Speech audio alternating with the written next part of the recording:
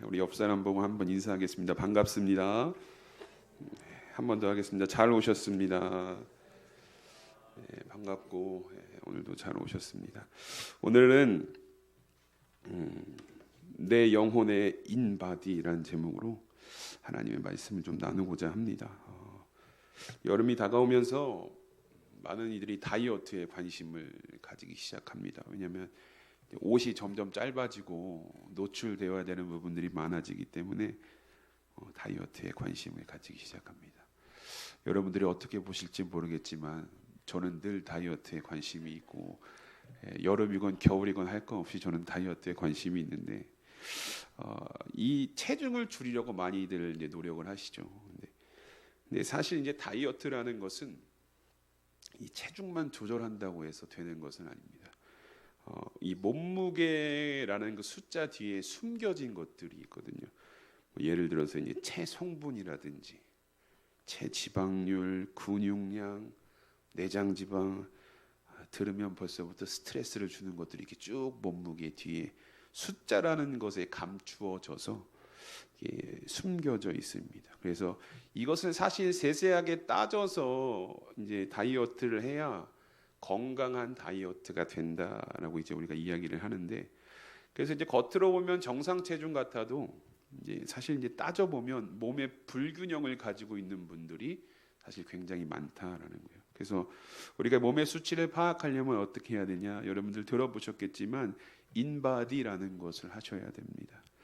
이게 아마 한 번쯤은 다 사용해 보셨을 줄 아는데, 근데 사실 이게 여러분 기계의 이름이 아니거든요. 인바디라는 것이 뭐냐면 기업의 이름입니다. 기업의 이름이 인바디인데, 이게 뭐냐면 이 기업이 세계 최초로 이 사람의 몸에 미세 전류를 이렇게 흐르게 해서 부위별로 저항하는 측정들을 이제 다 기술해 놔서 이 표준을 제시했는데, 이제 그 이름 자체가 이제 하나의 고유 명사가 된 거예요. 회사의 이름이. 그래서 우리가 체성분을 측정하는 것, 우리 몸의 어떤 성분들을 측정하는 것이 인바디 이렇게 하다 보니까 마치 기업의 이름이 이 전체를 대표하는 고유 명사가 된 건데, 이거를 하면 체중만 나오는 게 아니라 우리 몸에 어떻게 지금 이 몸이 형성이 되어 있는지 아주 자세하게 수치를 눈으로 확인할 수 있게 됩니다. 그래서 좀 더 건강한 다이어트를 한다면 늘 수시로 인바디를 체크해 가면서 내 지방률은 어떤지, 내 체중은 어떤지, 또 체성분은 어떤지를 파악해야 되는데,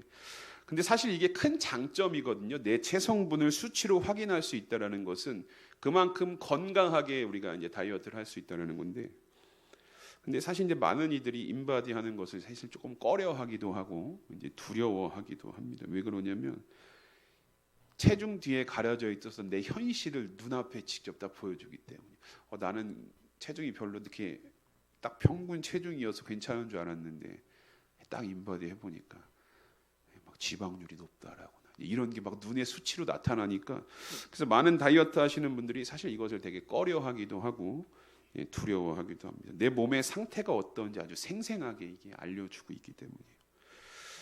그럼에도 불구하고 이제 올라가서 측정하고 알아야 내가 이런 상태인 것을 알아야 건강해질 수 있는 것입니다.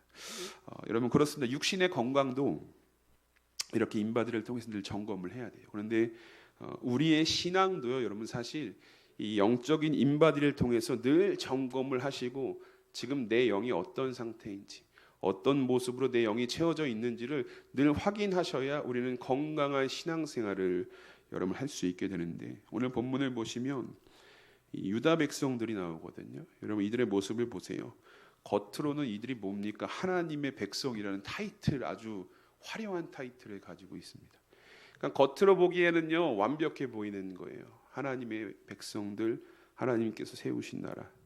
근데 그 속을 들여다 보니까 이상한 것들로 가득 차 있기 시작. 배교로 가득 차 있고 탐욕으로 가득 차 있었던, 실제로 그들의 속사람은 겉으로 보이는 것과는 다르게 영적인 불균형 상태, 그것도 아주 심각한 상태에 놓여 있었다라는 것을 하나님께서 오늘 본문을 통해서 고발하시는 것을 보게 됩니다. 여러분 오늘 우리의 신앙은 여러분 어떻습니까? 아니 우리의 영적인 수치는 여러분 어떻습니까? 오늘 말씀을 통해서요 우리도 한번 이 영적인 인바디 위에 올라가서 우리의 영적인 수치를 한번 측정해 볼 수 있는, 그 민낯을 사실 좀 낱낱이 좀 확인해 볼 수 있는 그런 시간이 되셨으면 좋겠습니다. 두려워하지 않으셨으면 좋겠어요. 예. 딱 올라섰을 때 어떻게 내 영이 어떤 상태인가, 내 속사람이 어떤 상태인가, 그리고 그것을 가지고 다시 회복의 길로 나아갈 수 있는 이 출발점이 되는 오늘 말씀의 시간이 되었으면 좋겠습니다. 오늘 본문 예레미야 2장은요, 이제 하나님께서 유다 백성들에 관한 이야기를 하시는 거예요. 이 29절을 보시면 대항하다라고 이렇게 얘기해, 이게 법적인 용어거든요. 그러니까 법정에서 막 피고와 원고가 고발하면서 싸우는 모습을 쭉 이렇게 기록하고 있는데, 사실 오늘 이제 말씀을 그렇게 다루기보다는 하나님께서 이 유다의 영적 상태, 즉 이들을 인바디 위에 딱 올려놓고 이들의 지금 영적인 상태가 어떤지를 아주 낱낱이 지금 세세하게 우리에게 이야기를 해주고 있는데, 2장 전체를 읽어보시면 아시겠지만 결과가 아주 엉망입니다. 검사지를 딱 받았는데 영적인 상태가 유다가 아주 엉망이라고 나오게 되는 것을 보게 돼요. 그 결과지 중에서도 우리가 아주 중요하게 봐야 될 부분이 있는데, 먼저 오늘 우리가 읽지는 않았는데요, 2절 말씀을 보면 성경이 우리에게 이렇게 말씀하고 있습니다. 우리 2절 말씀이 스크린에 나오니까요, 말씀 한번 읽어보도록 하겠습니다. 시작. 가서 예루살렘 귀에 외칠지니라.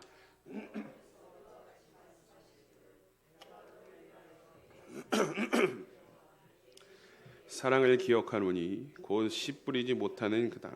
그 광야에서 나를 따랐음이니라. 아멘. 이 2절을 보시면 하나님께서 이스라엘의 옛 모습을 회상하는 것과 같은 모습이 그려집니다. 출애굽 직후에 광야에서 보냈던 시간을 하나님께서 뭐라고 이야기하시느냐, 청년 때의 인애와 신혼 때의 사랑으로 이렇게 표현을 하셔요. 되게 시적인 아름다운 글귀 같은데, 이게 무엇으로 대표되어지냐면 청년 때의 인애, 신혼 때의 사랑은 순수한 그 사랑을 이야기하는 거예요. 순수한 사랑의 시기. 여러분, 청년 때의 사랑이 얼마나 순수합니까? 신혼 때의 그 사랑이 얼마나 깨끗하고 순수합니까? 하나님께서도요, 오늘 이것을 이야기하시는 거예요. 이스라엘 백성들은 물론 광야에서 부족함도 있었어요. 하나님을 원망하기도 했고, 그래서 많은 사람들이 죽기도 했고요, 하나님께 징계를 받기도 했지만, 그러나 이 광야에서의 모습을 그들이 결국 따져보면 어쨌든 하나님을 바라고 하나님을 의지하는 모습으로 그들이 광야의 길을 걸어왔다는 거예요. 하나님과 이 당시 이스라엘의 관계가 어땠냐? 청년 때의 인애와 신혼 때의 그 사랑, 순수한 사랑으로 하나님은 지금 기억을 하고 계시다는 거예요. 너희가 출애굽해서 광야를 거쳐 가나안 땅까지 오는 그 순간이 나한테는 참 좋은 기억이었어. 순수한 사랑의 시간이었다라고 이야기를 하고 있습니다. 그런데 시간이 지나서 오늘 본문에 와서 이들의 영적 상태를 측정해 보니까 이 순수가 사라진 거예요. 참 순수했거든요, 그들의 신앙이. 광야에서 보여주었던 청년 때의 인애와 신혼 때의 사랑의 모습이 다 사라지고 뭐가 있었냐면 지극히 하나님 앞에서 계산적인 모습인 영적 상태가 있는, 이거면 이거고 저거면 이런 계산적인 모습. 그리고 더 심각한 것은 하나님이 아니라 다른 것을 찾는, 순수했던 그 순수가 완전히 사라져 있었던 이 유다의 모습을 보게 됩니다. 그래서 2절에 또 이렇게 이야기하죠. 곧 씨 뿌리지 못하는 땅, 그 광야에서 나를 따랐다라고 고백을 합니다. 여러분, 광야는요, 우리가 너무나 잘 알고 계시겠지만 먹을 것이 없습니다. 물도 없고 정착할 곳도 없는, 그러니까 쉽게 말해서 생존이 불가한 땅이 광야라고 우리가 인식을 합니다. 그런데 하나님께서 이 이스라엘이 지나온 광야의 시간을 기억하실 때 뭐라고 이야기하시느냐, 그 광야에서 너희들이 나를 따랐잖아 라고 지금 이야기하고 계시는 거예요. 여러분, 먹을 것도 없습니다. 물도 없습니다. 이런 최악의 상황 속에서 이스라엘은 하나님을 끝까지 어쨌든 믿고 따랐다라고 하나님이 지금 기억하고 계시는 거예요. 너희 광야에서 나한테 그렇게 했잖아. 그런 전적인 신뢰의 모습이 광야에서 있었다는 거죠. 하나님만을 의지하는 모습. 그런데 오늘 어떻습니까? 영적 결과지를 보니까, 시간이 지나서 먹고 살만해서 보니까 하나님을 신뢰하는 모습이 검사지에서 나오지가 않는 거예요. 사랑하는 수암교회 성도 여러분, 오늘 우리에게도요, 이런 아름다운 기억들이 있지 않으십니까? 청년 때의 인애, 신혼 때의 사랑과 같은 정말로 하나님과 순수하게 교제했던 시간들, 말씀이 너무나 읽고 싶어서 그 말씀을 보려고 성경책을 폈던 그 시간들이 있지 않으십니까? 기도하고 싶어서 밤낮 상관없이 교회에 나와서 기도하던 그 순수했던 신앙들, 여러분 있지 않으십니까? 그 하나님만, 문제 앞에, 고난 앞에 하나님만 전적으로 신뢰했던 그 믿음 있지 않으십니까?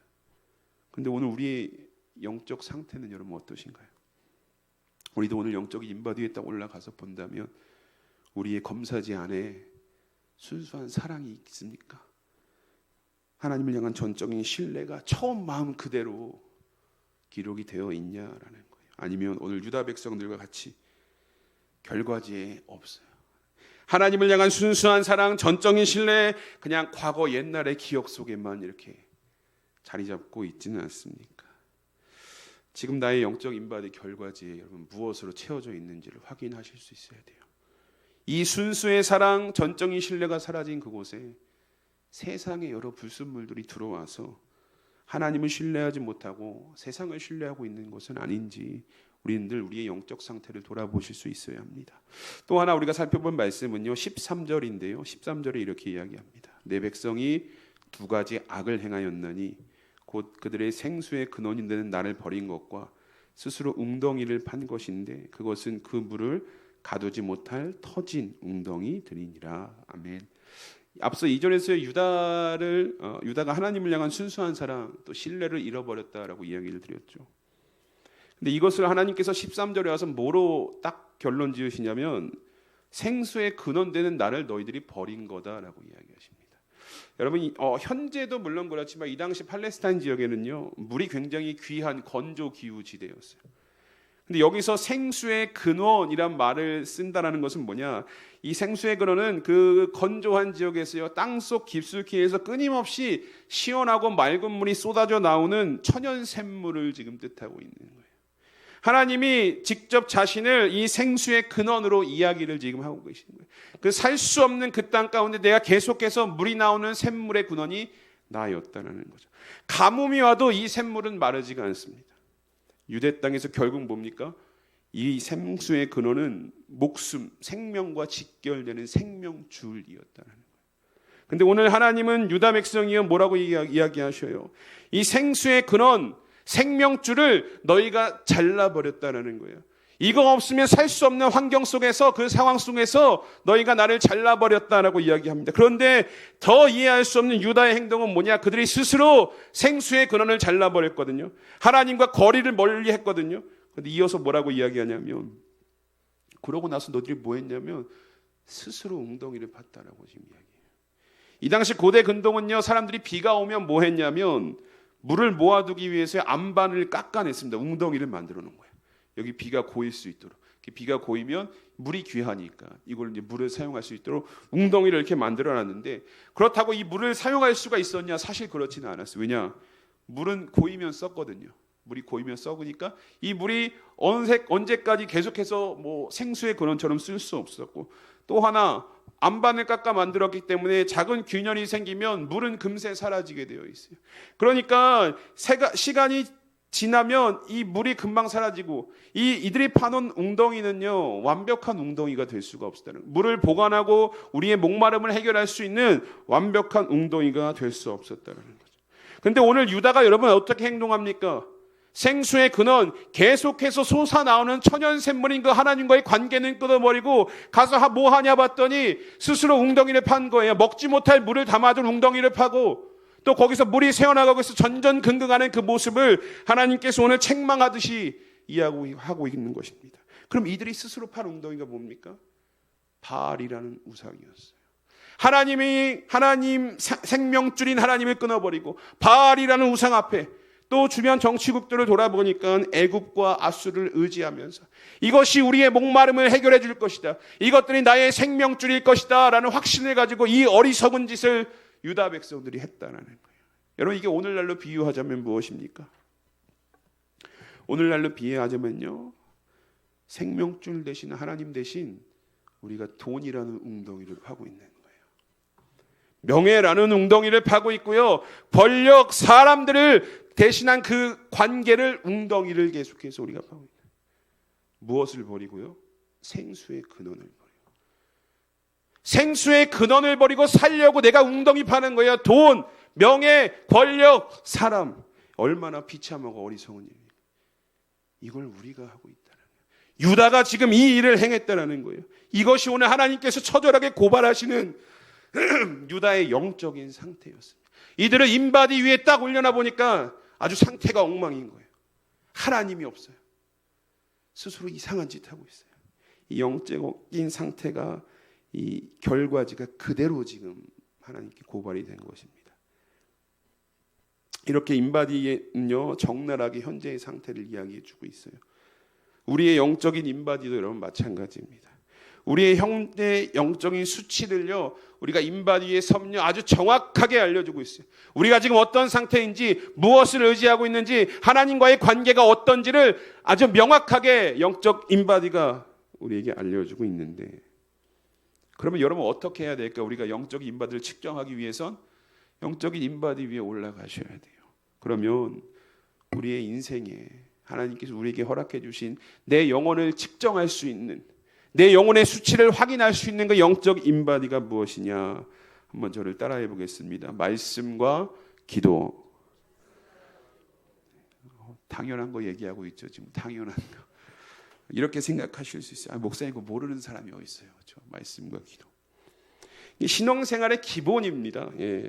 신앙생활의 기본이 말씀과 기도인 거 모르는 사람이 어디 있어요라고 반문하실 수가 있을 거예요. 여러분들의 생각도 맞습니다. 신앙의 본질 기본은요 말씀과 기도예요. 이것 빼면 사실 이야기할 게 없습니다. 근데 중요한 것은 우리가 내 영의 수치를 확인하기 위해서 그 말씀과 기도, 이 당연한 것에 바르게 올라서 있느냐를 여러분 확인하셔야 돼요. 인바디라는 것은요 측정할 때 이렇게 측정하거든요. 잘못 잡으면, 조금 이상하게 잡으면 안 나와요. 전류가 흘러서 확인해야 되는데 확인이 안 되는 거예요. 우리가 말씀과 기도가 신앙의 기본이고 당연한 것은 알지만 우리의 영이 그 위에 바로 세워 있지 않으면 파악이 안 되는 거예요. 여러분 성경책 펴놓고요 말씀 읽는 거 중요합니다. 성경 읽으십니까? 아멘 하지 않으셔도 돼요. 읽으실 줄 믿습니다. 다 읽으시는데, 근데 더 중요한 것은 뭐냐? 말씀을 읽고 난 후인 거예요. 말씀을 읽는 것 시작, 출발점 중요하고 끝까지 가는 거 중요하지만 말씀을 다 읽고 난 후에 그게 중요하다는 거죠. 왜 중요하냐? 히브리서 4장 12절에 우리에게 이렇게 말씀하고 있습니다. 우리 한 목소리로 함께 읽도록 하겠습니다. 시작. 하나님의 말씀은 살아있고 활력이 있어 좌우에 날선 어떤 검보다도 예리하여 혼과 영과 및 관절과 골수를 찔러 쪼개기까지 하며 또 마음의 생각과 뜻을 판단하나니. 아멘. 여러분 오늘날에도 여전히 이 말씀은 문자가 아니라 살아있고 운동력 있는 하나님의 말씀인 줄 믿으십니까? 말씀은 과거에 기록된 문자가 아닌 거예요. 그래서 내 형편에 따라서, 내가 처한 상황에 따라서 말씀이 살아서 역사하는 그 차이를 우리는 경험합니다. 이전에 이거 읽을 때는 못 느꼈던 부분을 새롭게 느끼는 경우들이 종종 있고, 똑같은 말씀을 읽어도. 왜냐? 말씀이 살아있기 때문이에요. 살아서 오늘도 역사하기 때문에 내 현실과 상황에 맞게 그 말씀이 나에게 파고든다는 거예요. 그런데 오늘 이 히브리서 기자가 여러분 이렇게 고백하고 있어요. 찔러서 쪼개어 판단한다라고 이야기를 하고 있거든요. 찔러서 쪼갠다. 여러분 이게 어떤 의미입니까? 여러분 우리가 여름에 수박 많이 드시잖아요. 겉에만 보면 몰라요. 잘 익었다고 하는데 파시는 분이 막상 집에 가서 쪼개면 잘 안 익고 유독 씨도 많고 막 이런 경우들이 종종 있거든요. 여러분 찔러서 쪼갠다라는 건 무슨 의미냐?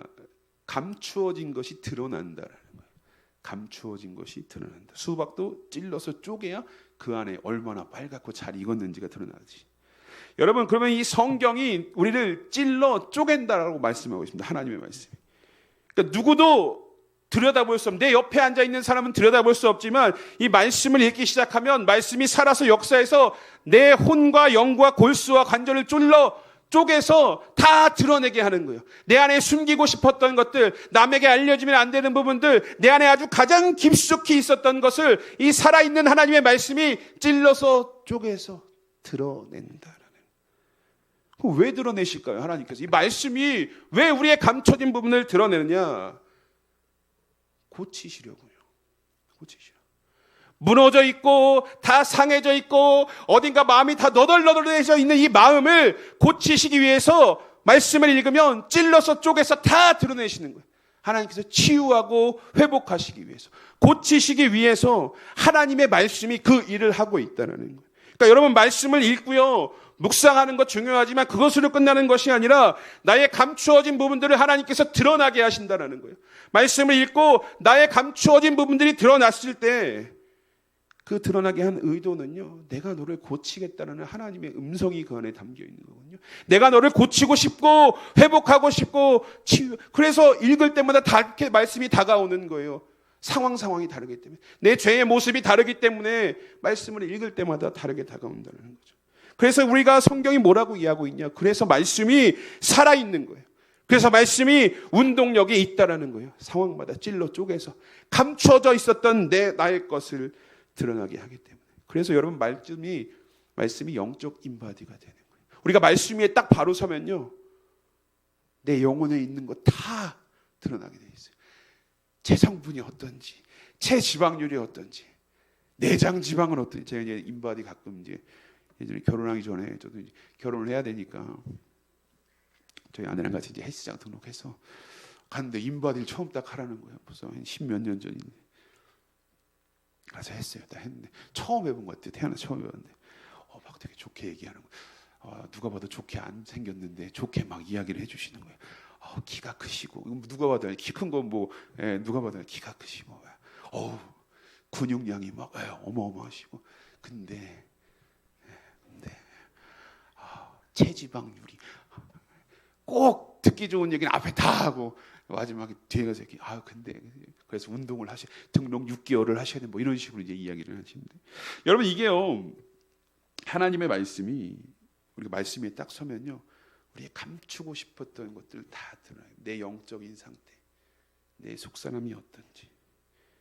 그래서 말씀을, 교회 오면 말씀 가까이 하셔야 됩니다. 말씀을 읽으셔야 합니다. 말씀대로 사셔야 됩니다. 그냥 하라는 게 아니라, 이게 이 위에 서야 내가 어떤 상태인지 파악이 되고, 내가 어떤 상태에 파악이 되면 하나님께서 고쳐 나가시기 때문에, 그래야 여러분, 우리가 저 천국 향해 걸어갈 수 있는 것 아닙니까? 여러분, 하나님의 말씀 가까이 하고 계십니까? 읽고 나서, 묵상하고 나서 그 말씀 앞에 반응하실 수 있는 우리 수암교회 성도님들의 삶이 되셨으면 좋겠습니다. 이 말씀이요, 때로는 내가 숨기고 싶은 것들 막 정말 드러나게 할 때, 내 부끄러운 민낯을 그냥 막 처절하게 막 다 드러나게 하는 순간도 있겠지만, 두려워하지 않으셨으면 좋겠고요. 아프다고 그냥 막 포기하지 않으셨으면 좋겠고, 왜냐, 고치시려고 하나님께 드러내시는 거니까, 말씀을 통해서 드러내시는 거니까. 그 하나님의, 나를 살리시려는 하나님의 손길이다라고 인정하고 고백하시면서 늘 말씀 위에서 여러분들의 영적인 상태를 확인해 보실 수 있는 은혜가 있기를 축복합니다. 두 번째는 뭐냐? 기도입니다. 기도할 때 우리는 정해진 자리에 막 앉아서 기도하는 시간, 이것이 내 신앙의 체력이다, 이렇게 이야기를 해요. 그래서 기도할 때 꼭 앉아 있어요. 아주 오래 앉아 있어야 된다. 오래 앉아 있고 오래 기도는 굉장히 중요합니다. 여러분, 오래 앉아 있으셔야 되고, 엉덩이 힘이다라고 이야기할 정도로 오래 기도해야겠지만, 진짜 중요한 것은 뭐냐면, 기도의 힘은요, 오래 앉아 있는 것을 넘어서 기도의 문을 기도실 문을 열고 나가서 세상과 마주할 때, 기도하고 나서 세상과 마주할 때, 위기를 만났을 때, 고난을 만났을 때 이 기도가 실제적으로 역사하는 것을 우리가 경험하셔야 된다는 거예요. 그냥 주구장창 기도하고 그 세상엔 여전히 변화 없이, 이게 아니라 기도를 하셨다면 그 기도가 내 삶에 어떻게 하나님께서 이 기도를 통해 역사하시는가를 경험해야 이것이 우리의 체력이 되고 이것이 우리의 기도의 근육량이 되는 것입니다. 여러분, 한번 점검해 보십시오. 평소에 기도 굉장히 많이 우리가 하는 것 같은데 막상 삶에서 고난이 찾아옵니다. 내 삶의 위기가 찾아옵니다. 내 입에서 기도했던 대로 먼저 반응하고 생각하고 움직이는지, 아니면 오늘 본문 36절에 이렇게 하나님께서 유다를 책망하시거든요. 내가 어찌하여 내 길을 바꾸어 부지런히 돌아다니느냐? 내가 아수르로 말미암아 수치를 당함같이 또한 애굽으로 말미암아 수치를 당할 것이라. 아멘. 이 유다가 고난을 맞아요. 그러니까 어떻게 하냐? 아수르 주변 찾아보는 거예요. 애굽 찾아가고. 기도하지 않고요, 그동안 살아왔던 대로 기도했던 대로 반응하는 것이 아니라 주변을 찾아보기 시작했다는, 자신들의 힘으로 어떻게든 정치적 연결로서 이 위기를 해결해 나가고자 했던 모습이었다는 거예요. 기도는 기도대로 해놓고 막상 삶에서는 전혀 기도의 능력이 발휘되는 것을 경험하지 못한다면 우리는 영적으로 건강하다라고 이야기할 수가 없는 거예요.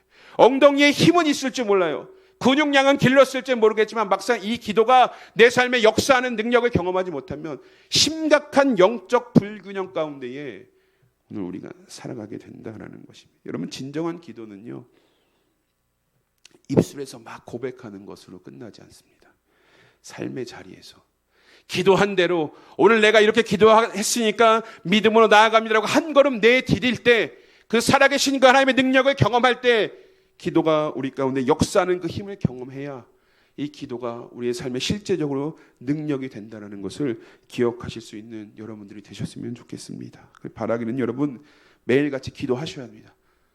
제가 오래 앉아있는 거 중요한, 이렇게 했다고 기도는 오래 앉아있는, 아니 오래 앉으세요. 엉덩이 아플 정도로 앉아 계시고 기도하시는데 중요한 건 뭐냐? 기도한 만큼 내 삶에서 기도가 역사하는 것을 경험하셔야 이제 기도의 맛을 아른다고 하거든요. 기도가 살아있구나, 하나님 내 기도를 들으시는구나, 이걸 경험하셔야 우리의 영적 상태가요 충분한 균형을 이루게 된다라는 것이죠. 오늘 여러분들의 영적 인바디 상태를 말씀과 기도를 통해 여러분 점검하셔야 합니다. 하나님의 살아있는 말씀이 나의 죄와 허물을 찔러 쪼갤 때 나는 유다 백성들처럼 변명하고 피하고 숨지는 않는지, 아니면 그 앞에 나를 고치시려는 손길 앞에 눈물로 회개하고 있는지, 내 인생의 갑작스러운 가뭄과 위기가 닥쳐올 때 기도한 대로 그 앞에 반응하고 있는지를 여러분 체크해 보시기 바라겠습니다. 우리가 영적 이 인바디에 딱 올라서면요, 말씀과 교대에 올라서면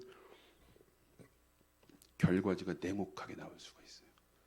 지금 내 현재의 상태가, 내가 20년 30년 새벽기도 안 빠지고 오늘 이렇게 수요예배 나오고 금요기도 엉망으로 나올 수가 있거든요. 여러분, 우리가 여기서 생각해 보고자 하는 것이 있어요. 오늘 본문에 왜 하나님께서 이 예레미야 선지자를 통해서 유다의 부끄러운 민낯을 다 드러내시고, 하나님께서 세우신 백성이거든요. 하나님의 자녀들이거든요. 근데 이런 말씀 드려서 죄송하겠지만 다 까발리고 있어요. 지금 야, 봐 얘네 봐 이래 이러고 있어요. 왜 폭로하고 계실까요? 적나라하게. 한번 부끄러움 좀 당해봐라. 나를 떠난 삶이 어떤지 너희도 한번 부끄러움 당해봐. 이래서 하셨을까요? 아니면 망신 주고 멸망시키시기 위해서 하나님께서 예레미야를 통해서 이들의 죄를 드러내셨을까요? 아닌 거죠. 이 인바디의 유다의 인바디 결과를 하나님께서 보여주신 것은 그만큼 그들을 회복시키시고 싶어 하시는 하나님의 마음이 그 안에 있었다는 거예요. 그만큼 그들을 고치시고 싶어 하시는 하나님의 마음이 있는, 그대로 두면 안 되겠는 거예요. 그래서 다 보여주시고, 너네 지금 이렇잖아, 그러니까 고치고 돌아 회복해야 돼. 그래서 하나님께서요 이들을 진단하시고 뭘 주시냐? 처방전을 이렇게 주셔요. 처방전을 주셨어요. 그게 뭡니까? 하나님의 말씀을 선지자들을 통해 주신 거예요. 야, 너네 이거 듣고 돌아와야 돼. 이게 나의 처방전이. 그러면 회복될 수 있어. 내가 너희를 고칠 수 있어. 그런데 여러분 30절 보니까요 이렇게 이야기를 합니다. 징계를 받아들이지 않고 칼이 선지자들을 삼켰다. 처방전을 줬습니다. 줬어요. 그 자리에서 갈기갈기 찢어버린 거예요. 우리 이런 거 필요 없다. 하나님께서 회복시키고 고치시기 위해 다 드러내놓고 너희 이런 부분 고쳐야 돼. 안 그러면 죽어. 근데 이 처방전 갈기갈기 찢는 거예요. 또 마음이 얼마나 안 들었는지 그 인바디 기계를요 다 산산조각 때려 부시고 나서 이들이 그냥 하나님을 고발하는 거예요. 그래서 대항하다라고 이제 29절에 이야기를 하고 있는 것인데, 여러분 하나님의 처방전은요 사랑이었거든요. 어떻게 해서든지 다시 회복시키시려는 그 사랑, 그 하나님의 사랑에 나타난 것이 바로 처방전 징계였습니다. 그런데 유다 백성들이 이것을 처절하게 거부하고요, 결국 하나님께서 이들을 바벨론 포로기를 경험케 하시고 다시 회복시키시는 것을 보게 됩니다. 우리 사랑하는 수암교회 성도 여러분, 오늘 유다 백성들의 영혼의 인바디 결과지는요 엉망이었습니다. 엉망. 두 눈 뜨고 볼 수 없을 정도로. 그럼 오늘 우리의 결과는 어떨까요? 우리의 결과지는 어떻겠습니까? 혹시 너무 적나라하게 내 모습이 드러날까봐, 내 속사람의 상태가 나올까봐 말씀과 기도 위에 바로 올라서 있지 못하고 계십니까? 정확히 영적인 상태, 결과에 대해서 알지 못하면서 그냥 그저 겉모습만 가지고 나 정도면은 괜찮은 그리스도인이지 라고 위안 삼고 있지는 않습니까? 여기 앉아 계신 여러분들에게는요, 오늘 2절의 말씀처럼 하나님을 향했던 순수한 사랑이 있었을 거예요. 그리고 광야에서 정말 무모할 정도로 남들이 뭐라 해도 신앙생활을 지키려 했던 그 신뢰도 있었을 것입니다. 그런데 저는요, 이 순수한 사랑과 무모할 정도로 하나님을 향했던 그 여러분들의 마음이요, 과거형으로만 고백되어지지 않았으면 좋겠어요. 내가 예전에 그랬는데,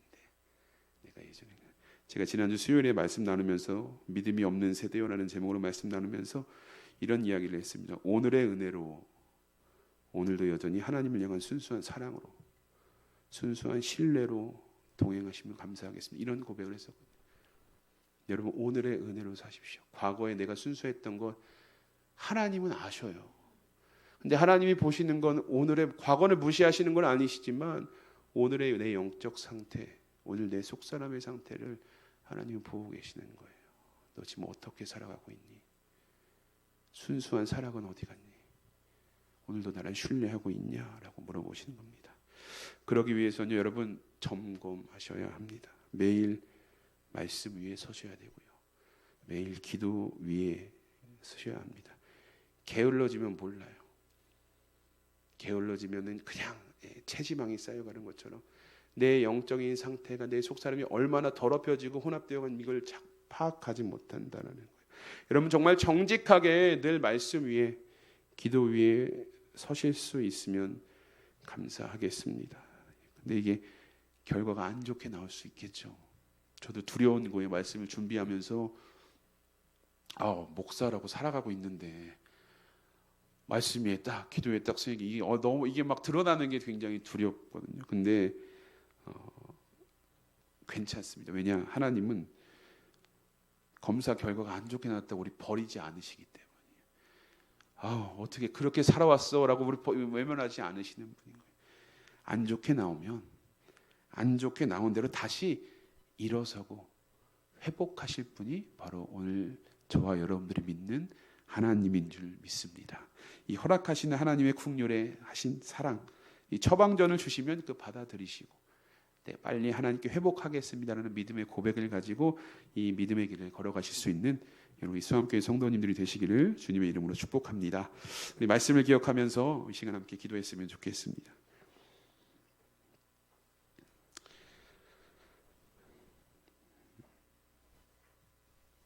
여러분의 영혼, 속사람은 강건하십니까? 아니, 속사람, 나의 영혼에 여러분 얼마나 관심이 있으십니까? 하나님께서 바라보시는 것은 어떤 우리의 번지르르한 모습이, 겉모습이 아니라 우리 영혼의 속사람임을 오늘 말씀을 통해서 기억하셨으면 좋겠습니다. 우리가 이 시간 함께 기도하기 원하는 것은 하나님, 겉만 번지르르한 종교인의 타이틀과 껍데기를 이 시간 벗겨주시고 말씀과 기도라는 영적 인바디를 통해서 우리의 부끄러운 속사람의 민낯을 마주하게 하여 주시옵소서. 그리고 그 결과지를 가지고 이제 다시 주님 앞으로 나아가길 소망합니다. 우리 안에 발견된 영적 불균형이 있다면 이 시간 알려주시고 깨닫게 하여 주시고 보혈의 은혜로 고쳐 주시옵소서. 그래서 우리의 영혼이 강건해지고 우리의 속사람이 하나님의 기쁨이 되는 삶을 살아가게 하여 주시옵소서라고 우리 이 시간 오늘 말씀을 기억하면서 함께 기도하며 나아가도록 하겠습니다. 다 함께 기도합니다. 하나님 감사합니다. 오늘도 우리를 예배의 자리로, 말씀의 자리로 인도하여 주시고 오늘도 주신 말씀을 붙들고 함께 기도하며 나아갈 수 있도록 은혜 주신 것 주님 감사를 드립니다.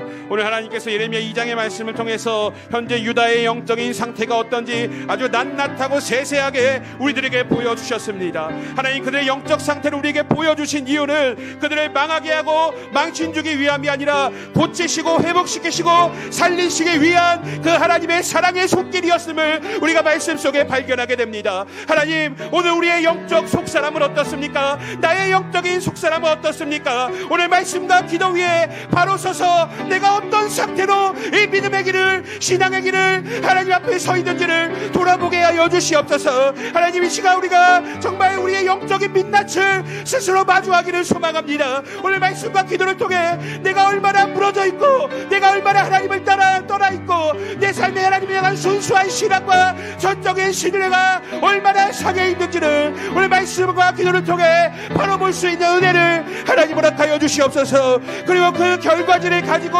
이제 다시 주님 앞으로 나아갑니다. 보게 하신 이유, 깨닫게 하신 이유는 회복시키시고 살리시기 위한 하나님의 은혜의 손길임을 기억하며 이제 그 우리의 영적인 민낯을 가지고 주님 앞으로 나아갑니다. 우리의 이 모습들 주님 보혈의 은혜로 고쳐주시옵소서. 보혈의 은혜로 회복하여 주시옵소서. 그 옛날 우리의 신앙이 과거역이 아니라 이제 오늘 이 순간 하나님을 향한 순수한 사랑으로, 오직 하나님을 향한 전적인 신뢰로 주님 앞에 다시 설 수 있는 저희를 되게 하여 주시옵소서. 그래서 우리의 속사람이 이제는 나의 기쁨이 아니라 하나님의 기쁨을 위해 그 하나님의 기쁨이 되는 삶으로 나아가는 우리들의 속사람이 될 수 있도록 주님께서 은혜 내려주시고 함께하여 주시옵소서. 오늘도 주의 은혜 가운데 거하기를 소망합니다. 주시옵소서.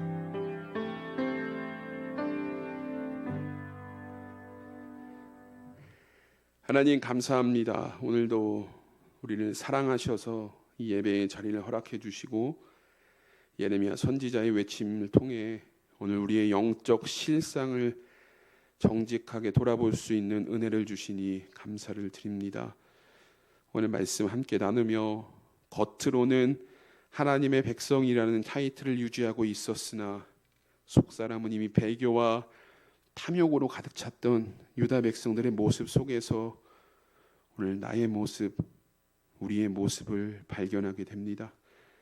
과거 청년 때의 인애와 신혼 때의 순수한 사랑은 그저 기억 속에만 묻어둔 채 오늘 내 영혼의 인바디 결과지에는 세상의 불순물로만 가득 차 있지는 않았는지 이 시간 지나온 우리의 삶을 돌아보게 하여 주시옵소서.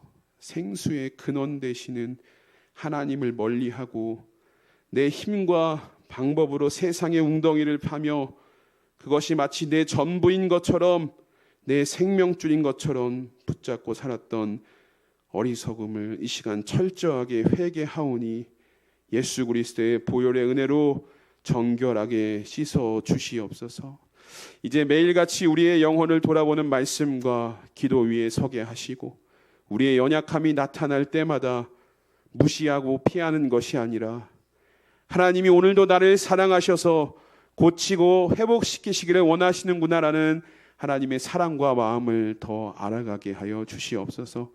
그래서 우리 안에 하나님을 향한 순수한 사랑과 전적인 신뢰가 온전히 회복되게 하시고 사랑과 신뢰가 삶에서 하나님을 향한 순종의 걸음으로 이어지도록 우리를 인도하여 주시옵소서. 이 모든 말씀 오늘도 살아서 우리를 고치시고 새롭게 하시는 예수 그리스도의 이름으로 감사드리며 기도드립니다.